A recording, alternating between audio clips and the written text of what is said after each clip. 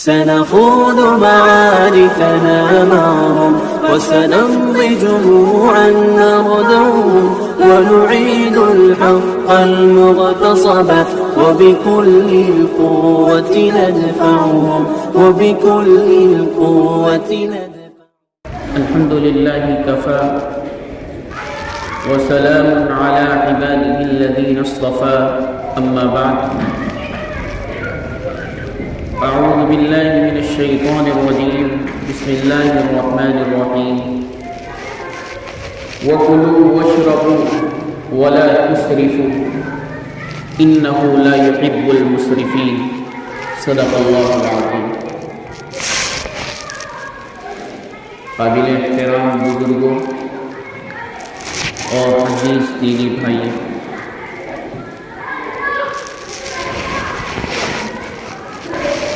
آج لوگ مختلف مسائل سے دوچار ہیں. بہت سے مسائل میں پھنسے ہوئے ہیں. معاشرتی مسائل، اخلاقی مسائل، سماجی اور اخلاقی و آدابی مسائل، ان سے تو دوچار ہے ہی، ساتھ ہی حفظان صحت کا ایک بہت بڑا مسئلہ ہے جس میں آج لوگ پھنسے ہیں.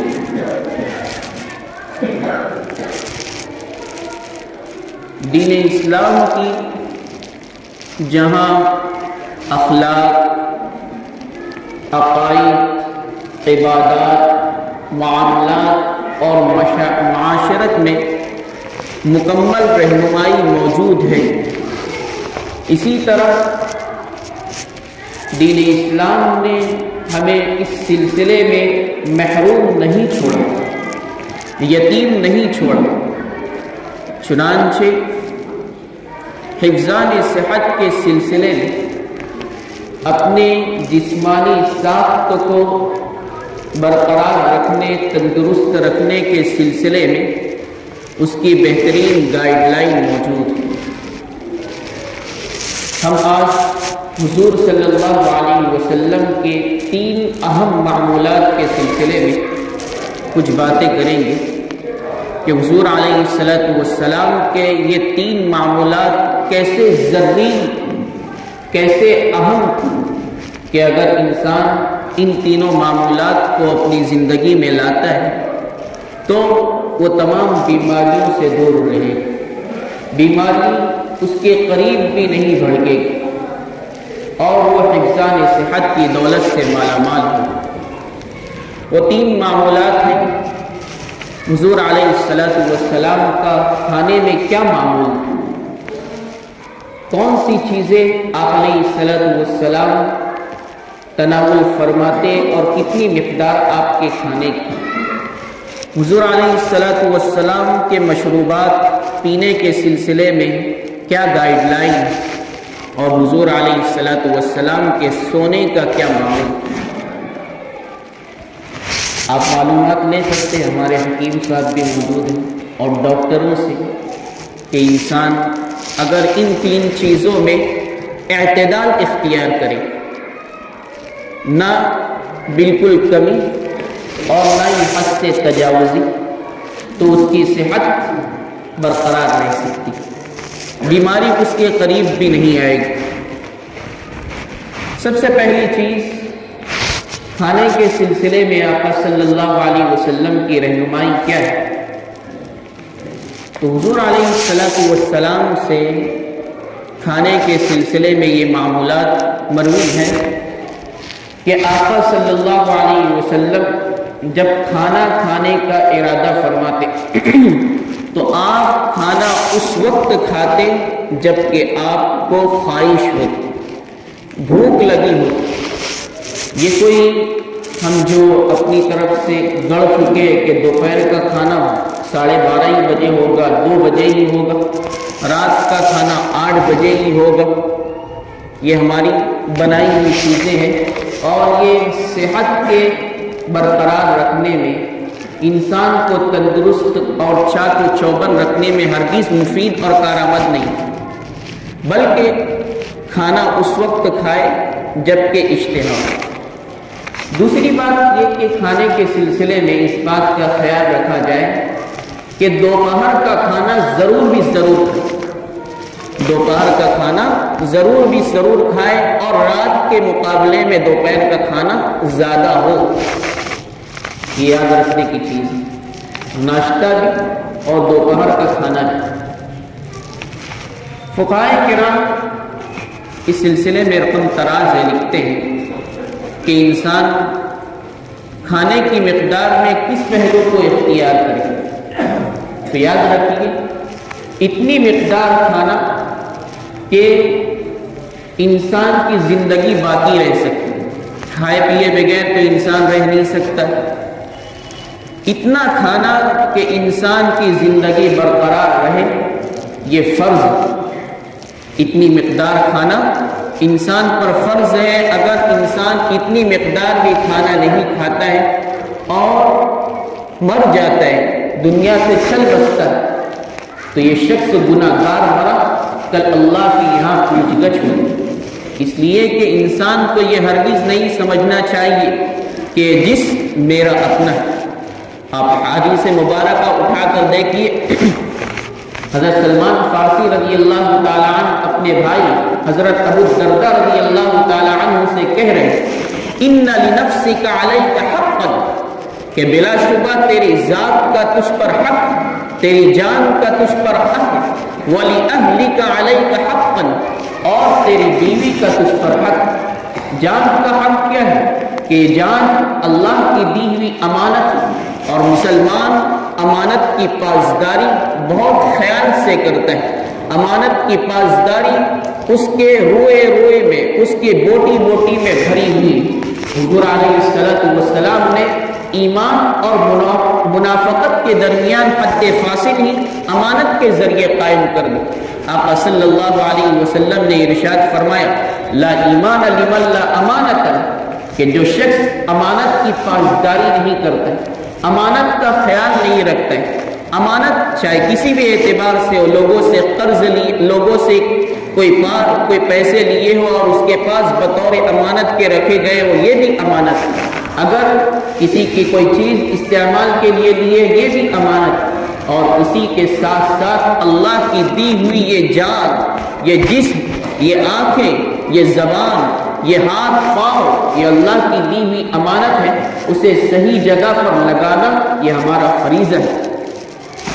تو انسان کی جان یہ اپنی بنائی ہوئی نہیں ہے، اس کی محنت سے پروان نہیں چڑھ رہی ہے، بلکہ یہ اللہ کی دی ہوئی امانت ہے۔ اس امانت کا پاس و لحاظ رکھنا ضروری ہے۔ اسی وجہ سے اتنا کھانا کہ انسان کا جسم صحیح سالم رہ سکے، انسان موت کے قریب نہ جائے اور موت ہی میں نہ پڑ جائے، اس دنیا سے چل نہ بسے، کھانا نہ کھانے کی وجہ سے گناہ گار ہو۔ اتنی مقدار کھانا فرض ہے کہ انسان کا جسم صحیح سالم رہ سکے۔ ایک اور چیز بیان فرمائی ہے کہ انسان پر یہ بھی فرض ہے کہ اتنی مقدار کھائے کہ انسان روزہ رکھ سکے اور نماز کی ادائیگی کر سکے، اتنی مقدار بھی فرائض میں بیان کی گئی۔ گرچہ بعض حضرات اس کو فرماتے ہیں، لیکن یہی صحیح بات کہ اتنی مقدار بھی کھانا کہ ہم نماز کو صحیح ڈھنگ سے ادا کر سکے، خشوع اور خضوع کے ساتھ نماز ادا کر سکے، یہ بھی فرض ہے۔ اور کھانے کی ایک مقدار ہے نصف پیٹ کھانا۔ معدے سے ہم اندازہ لگا سکتے ہیں کہ ہمارا پیٹ کب فل ہو جاتا ہے اور کب ہم نے کھانا کھایا ہے آدھا۔ اطباء بہت بہترین اصول بیان فرماتے ہیں اس سلسلے میں کہ انسان کو اپنے معدے کے 3 حصے کرنے چاہیے۔ ایک حصہ خوراک، کھانا اور غذا کے لیے، ایک حصہ پانی کے لیے، اور ایک حصہ ہوا کے لیے۔ اگر انسان اس چیز کو لازم پکڑ لیتا ہے تو انسان بیماریوں سے بہت دور رہے گا۔ انسان کو جو بیماری لگتی ہے اس کی بنیادی وجہ بھی یہ بیان کی جاتی ہے، معدے کی خرابی۔ تو اگر انسان معدے کو 3 حصوں پر تقسیم کر لیتا ہے، پانی کے لیے ایک حصہ، کھانے کے لیے ایک حصہ اور ہوا کے لیے ایک حصہ، تو کھانا معدے میں گردش کرتا ہے۔ جس طرح ہمارا گیہوں چکی میں گردش کر کے بالکل پس کر نکلتا ہے، اسی طرح ہماری جو غذا ہوتی ہے اگر اسی اصول پر ہم نے کھایا ہوگا تو مشینری اس کو گھمائے گی، پھر اس کے بعد اس سے ہمارا صاف شفاف اور صحیح خون بنے گا جو دل تک پہنچے گا اور تمام اعضاء میں پھر گردش کرے گا اور ہماری صحت برقرار رہے گی۔ تو سب سے پہلے حضور علیہ السلام کی تعلیمات میں سے یہ کہ آپ علیہ السلام جس وقت اشتہا یعنی خواہش ہوتی کھانا تناول فرماتے۔ دوسری بات کھانے کی مقدار کا خیال رکھیں۔ تیسری بات کھانے سے پہلے ہم اپنے ہاتھوں کو دھو لیں، اس لیے کہ ہم جانتے ہیں کہ ہمارا ہاتھ ایسا عضو ہے جو مختلف کاموں میں مشغول رہتے ہیں۔ ہم ان ہاتھوں سے مختلف کاموں کو انجام دیتے ہیں۔ اب اگر ہم کھانے سے پہلے ہاتھوں کو نہ دھوئیں گے تو جو ہمارا ہاتھ مختلف جگہوں پر لگا ہے نہ جانے اس میں جراثیم کی آمیزش ہو گئی ہوگی یا گندی اور پلیدی چیزیں ہاتھوں میں لگ گئی ہوگی، مضر صحت چیزیں ہاتھوں میں لگ گئی ہوگی۔ اگر ہم اسی کے ساتھ کھانا تناول فرمائیں گے تو وہ جراثیم اور صحت کو نقصان پہنچانے والی چیزیں ہمارے لقمے کے ساتھ پیٹ کے اندر جائے گی، جس کی وجہ سے طرح طرح کی بیماریاں جنم لیں گی۔ یہ چیز یاد رکھنے کے قابل۔ اور یہ سنت آپ دیکھیے کتنی مقبول ہے کہ مسلمان تو مسلمان غیروں نے بھی اپنی ہوٹلوں میں، غیر اپنے گھروں میں اس بات کا اہتمام کرتے کہ کھانے سے پہلے ہاتھوں کو دھو لیتے۔ اب ہاتھ دھونے کے سلسلے میں سنت نبوی یہ ہے کہ صرف ایک ہاتھ نہ دھوئے یا صرف انگلیوں کو نہ دھولے بلکہ ہاتھوں کو گٹوں تک دھوئے اور دونوں ہاتھوں کو دھوئے۔ یہ سنت ہے۔ یہ وہ چیزیں ہیں ہم میں سے بعض سوچ رہے ہوں گے یہ تو ہم ادا کرتے ہی نہیں۔ ادا تو کرتے ہیں لیکن نیت سنت کی نہیں ہوتی۔ ہمیں ہماری عادت کو عبادت بنانا ہے۔ ہم بہت سے معمولات وہ ادا کرتے ہیں جو سنت ہوتا ہے لیکن ہم سنت سمجھ کر ادا نہیں کرتے۔ اس بات کو یاد رکھیے کہ آپ سنت کی ادائیگی کر رہے ہیں لیکن اگر آپ کی نیت سنت کی ادائیگی کی نہ ہو، حضور علیہ السلام کے عمل کے مطابق اپنا عمل ادا کرنے کی نیت نہ ہو تو ہم کامیاب نہیں، ہمیں ثواب نہیں ملے گا۔ ایک حدیث ہے بڑی مشہور ہے، بہت سے لوگوں کو یاد ہوگی، انما الاعمال بالنیات، کہ اعمال کا دار و مدار ہی نیت پر رکھا گیا۔ ہم اگر نیت کرتے ہیں تب جا کر ہمیں ثواب ملے گا۔ ایک اور مسئلہ درمیان میں بتاتا چلوں کہ بہت سے ہمارے وہ حضرات ہوتے ہیں جو مسجد میں آتے ہیں اور سیدھا اللہ اکبر کہہ کر اپنی نماز کو شروع کر دیتے ہیں۔ بڑا اہم مسئلہ ہے، درمیان میں بتانا ضروری۔ آپ یاد رکھیے کہ اگر ہم نے اس طرح نماز شروع کی بغیر نیت کے تو ہماری نماز ہی نہیں ہوتی، اس لیے کہ نیت نماز کی شرائط میں سے اور شرط کے بغیر چیز کا وجود نہیں ہوتا۔ جیسے کہ آپ جانتے ہیں نکاح کے مواقع پر گواہوں کا موجود ہونا شرط ہے، اس کے بغیر نکاح ہی نہیں ہوتی۔ اسی طرح نماز ہم پڑھ رہے ہیں تو اگر ہم نے نیت نہیں کی تو ہماری نماز ہی ادا نہیں۔ گویا کہ ہم نے آ کر صرف اٹھک بیٹھک کی ہے، ہم نے ٹھوکے ماری ہے زمین کے اندر، اس کے سوا کچھ نہیں۔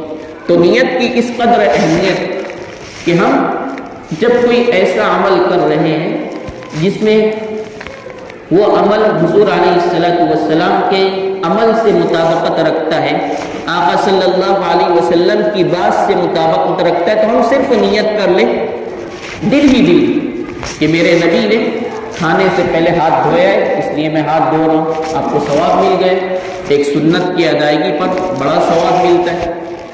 آپ کھانے کے لیے تشریف لے جا رہے ہیں، اس موقع پر بھی ہم نیت رکھے کہ میرے حضور کا، میرے نبی کا، میرے آقا کا کیا طرز ہے، اس طرز پر ہم کھانا کھائیں، ہمارا ہر عمل عبادت بن جائے گی۔ اس بات کو یاد رکھیے کہ اگر نیت کو خالص رکھ کر ہم کوئی بھی عمل کرتے ہیں تو وہ ہمارا عمل عین عبادت بن جاتا ہے، ہمارا عمل عین عبادت بن جاتا ہے، بس شرط یہ ہے کہ ہم نیت کر لیا کریں۔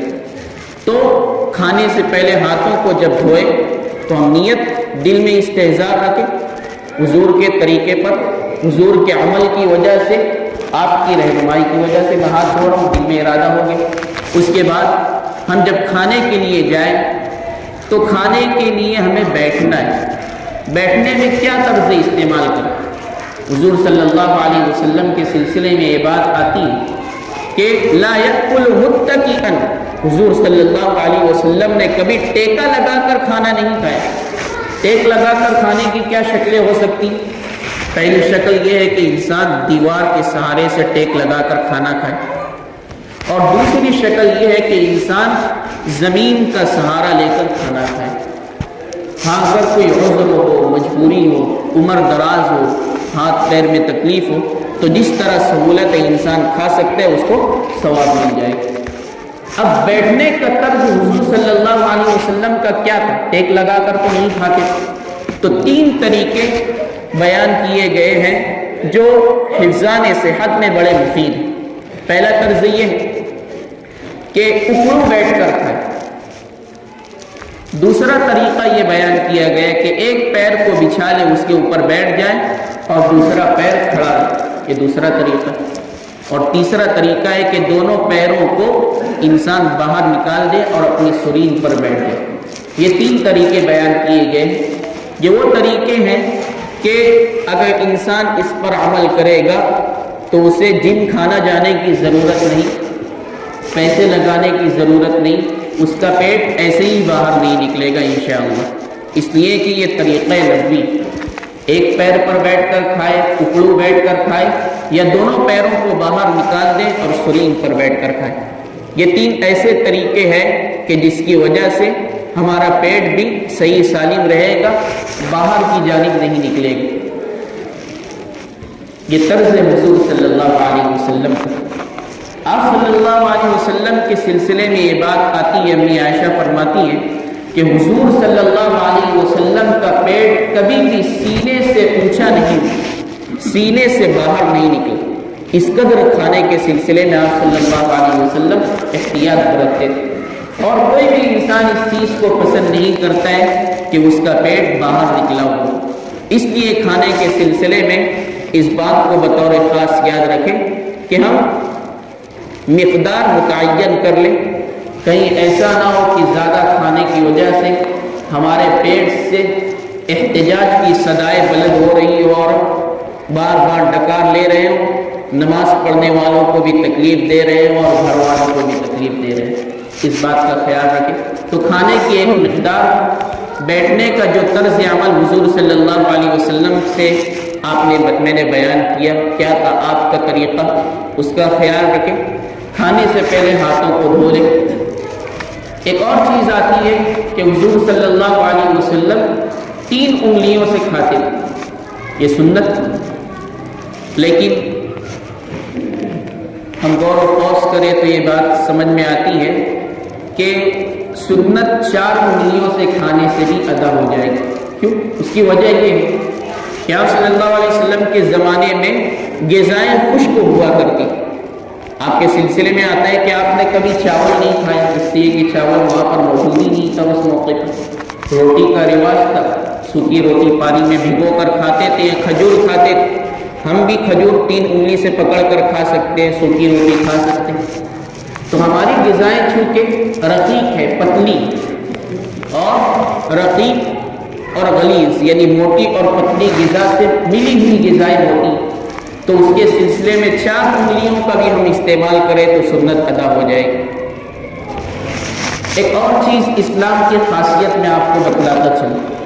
سب سے پہلے اس کے ضمن میں ایک بات، گاندھی جی جب اقتدار انہوں نے سنبھالا تو اس موقع پر ایک اسٹیج دی تھی انہوں نے ایک میسج چھوڑا تھا جو اس وقت اخباروں کی سرخی میں اور اسی طرح مختلف ذرائع سے اسے شائع کیا گیا تھا۔ وہ بات یہ تھی کہ گاندھی جی نے کہا تھا کہ اگر ہم اقتدار چاہتے ہیں، اگر ہم اور ملکوں کے مقابلے میں بلندی اور برتری چاہتے ہیں، اگر ہم اپنے ماحول کو سدھارنا چاہتے ہیں تو ہمیں اسوہ اور نمونہ اختیار کرنا پڑے گا ابو بکر و عمر۔ کتنی بڑی بات کہہ رہے ہیں کہ ابو بکر و عمر رضی اللہ تعالی عنہما جو اسوہ اور نمونہ چھوڑ کر گئے، انہوں نے کس سے طریقہ حاصل کیا؟ آپ صلی اللہ علیہ وسلم سے۔ گاندھی جی ایک غیر مسلم یہ کہہ رہا ہے کہ ہمیں اگر کامیابی چاہیے، اگر ہم اقتدار صحیح معنوں میں چاہتے اور ممالک کے مقابلے میں برتری اور بلندی چاہتے ہیں تو ہمیں اسوہ اختیار کرنا پڑے گا ابو بکر و عمر۔ ایک طرف غیر ہے کہ ہمارے طور و طریقے کو اپنائے جا رہے ہیں کہ اور دوسرے ہم مسلمان ہیں غفلت میں ڈوبے ہوئے کہ آقا صلی اللہ علیہ وسلم کے طرز عمل حضور علیہ السلام کی زندگی سے کوسوں دور۔ تو یہ چیز یاد رکھنے کے لائق ہے۔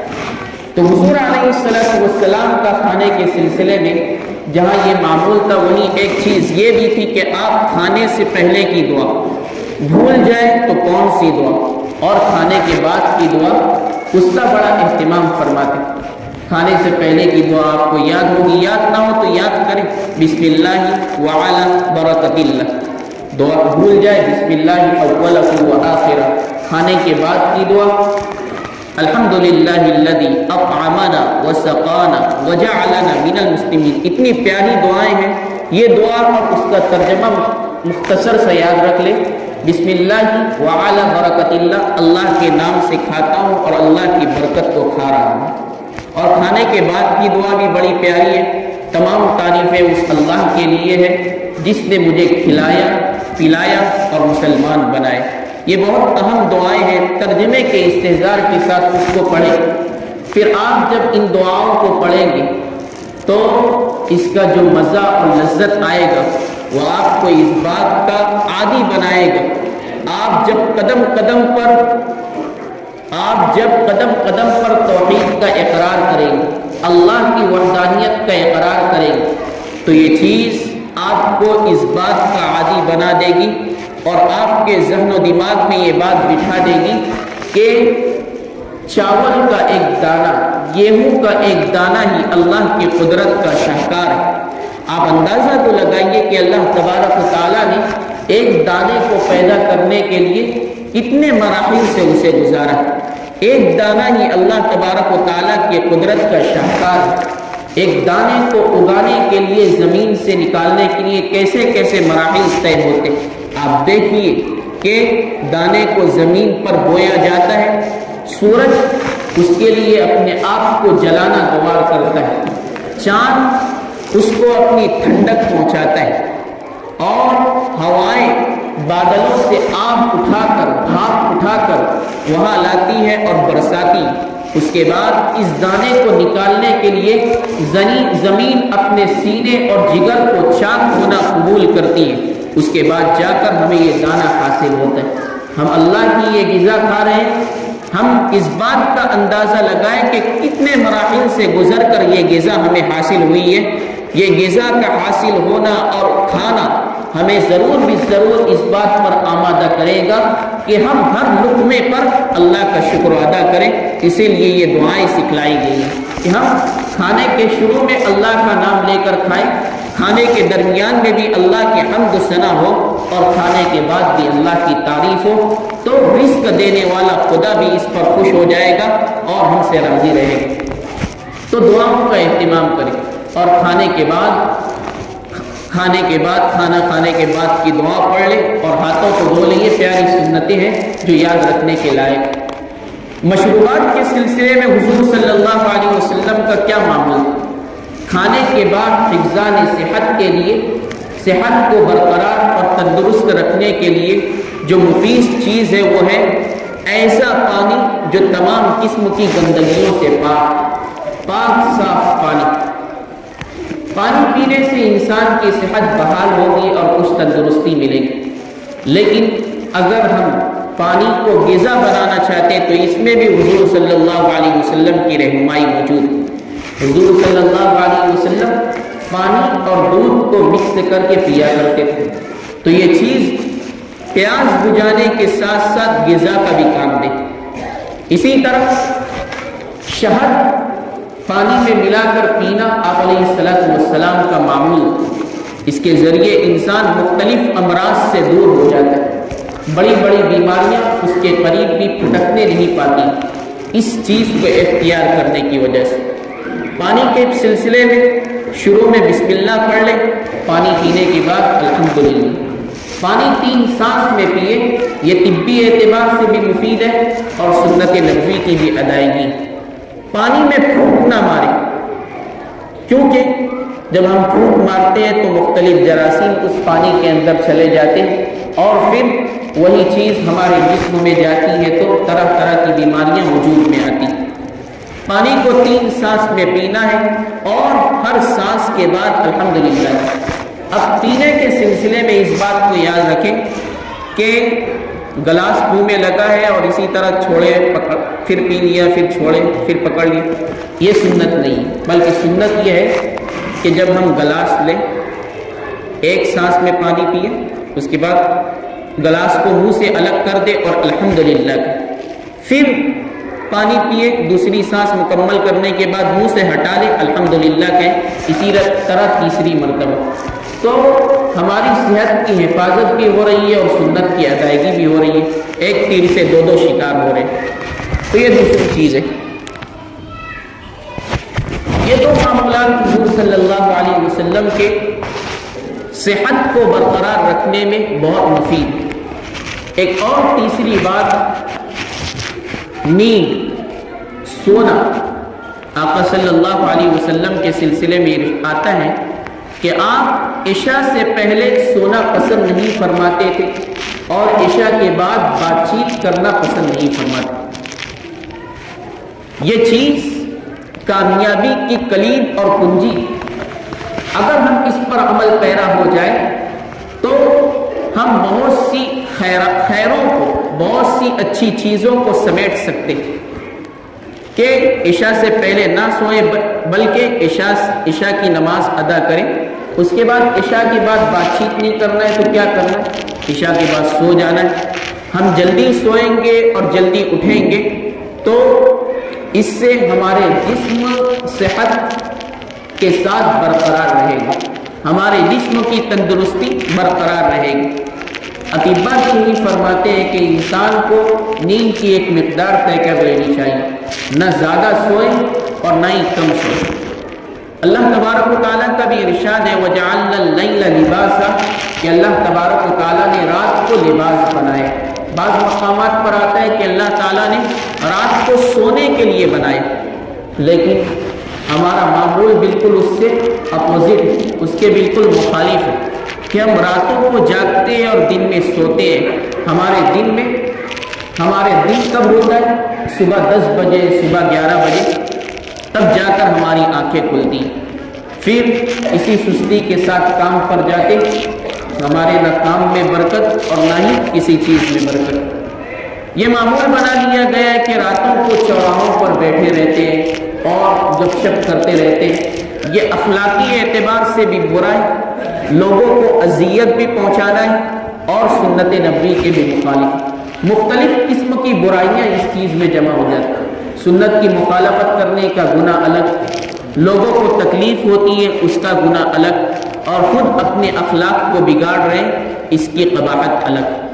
تو ہم راتوں کو جلدی سونے کا معمول بنائیں، یہ چیز ہمارے لیے بہت مفید ہے۔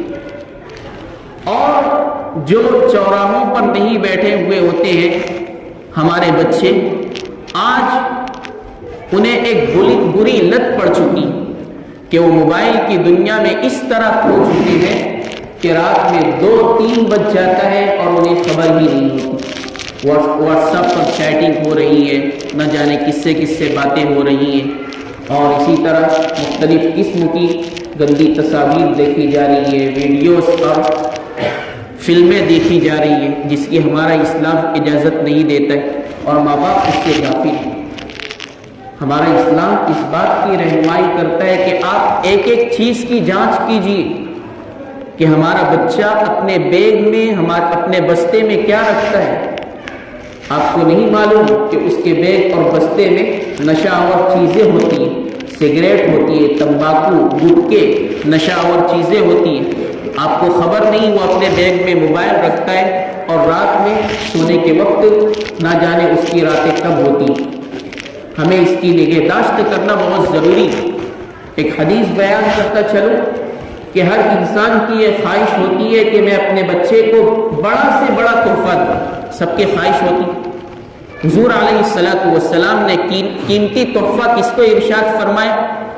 آپ علیہ السلام نے ارشاد فرمایا، ما نحل والد ولدا من نحل افضل من ادب حسن، کہ آج تک کسی والد نے اپنی اولاد کو اس سے بڑھ کر قیمتی تحفہ نہیں دیا کہ باپ اپنی اولاد کو گفٹ میں، باپ اپنے اولاد کو ہدیے میں، باپ اپنے اولاد کو طرز زندگی کے سلسلے میں بہترین اخلاق۔ تو بہترین اخلاق والد کی جانب سے بہت بڑا تحفہ ہے۔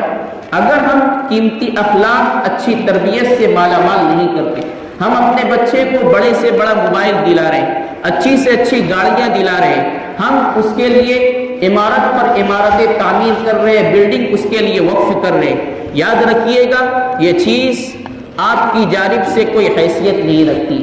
آپ سے جو پوچھ گچھ ہوگی، کلکم راع وکلکم مسئول عن رعیتہ، کہ تم میں سے ہر ایک نگہبان ہے اور ہر نگہبان سے اس کے رعایا کے متعلق پوچھا جائے گا۔